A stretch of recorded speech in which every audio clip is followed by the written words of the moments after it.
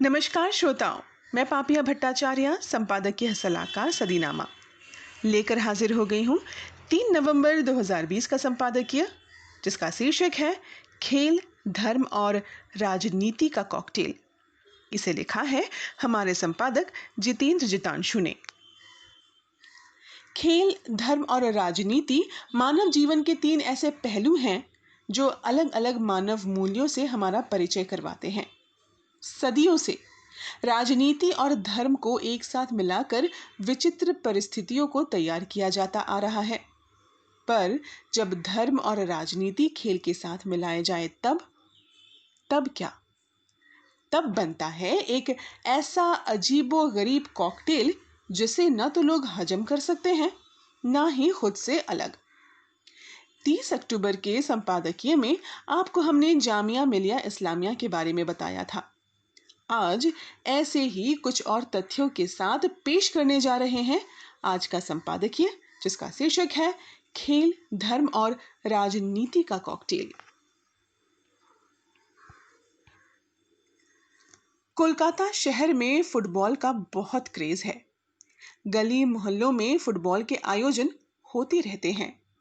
माननीय मुख्यमंत्री ममता दीदी के भतीजे और सांसद पूरे साल पाड़ा फुटबॉल यानी मोहल्ले के फुटबॉल आयोजित कराते रहते हैं। यहाँ पर बरसात में कीचड़ फुटबॉल भी होती है। अब फुटबॉल से चीजें क्रिकेट की ओर शिफ्ट हो गई हैं। मोहल्लों में फुटबॉल खेलना कम हुआ है। फुटबॉल का क्रेज सर पर चढ़ते रहने का आलम है कि दूसरी चीजों पर भारी पड़ती है। यहाँ अविभाजित बंगाल के समय से ही 3 बड़े क्लब रहे हैं: मोहन बागान, ईस्ट बंगाल और मोहम्मडन स्पोर्टिंग क्लब। ये तीनों के अपने इतिहास है, हार जीतों का रिकॉर्ड है।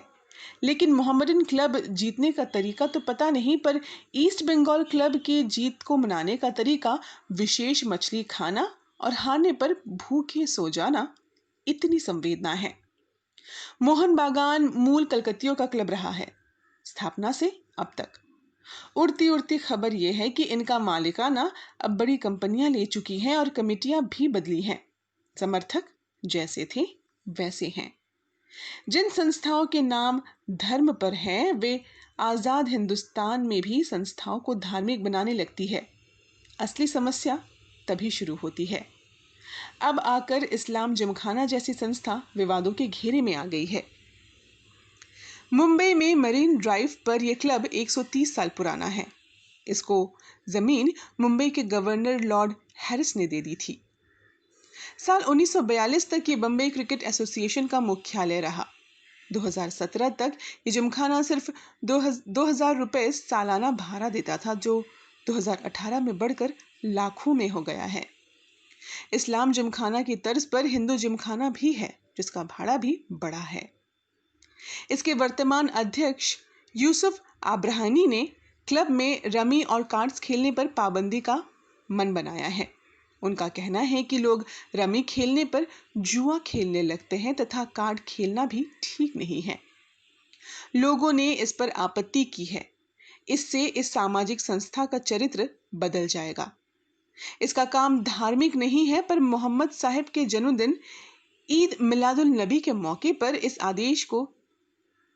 आदेश के क्या मायने? सदस्यों का कहना है कि अध्यक्ष इसे मदरसे में बदलना चाहते हैं। अगर उन्होंने किसी को जुआ खेलते देखा हो तो पुलिस कार्यवाही करे। सिर्फ इस आधार पर पत्ते नहीं खेलने देना गलत है। अध्यक्ष के अपने तर्क हैं।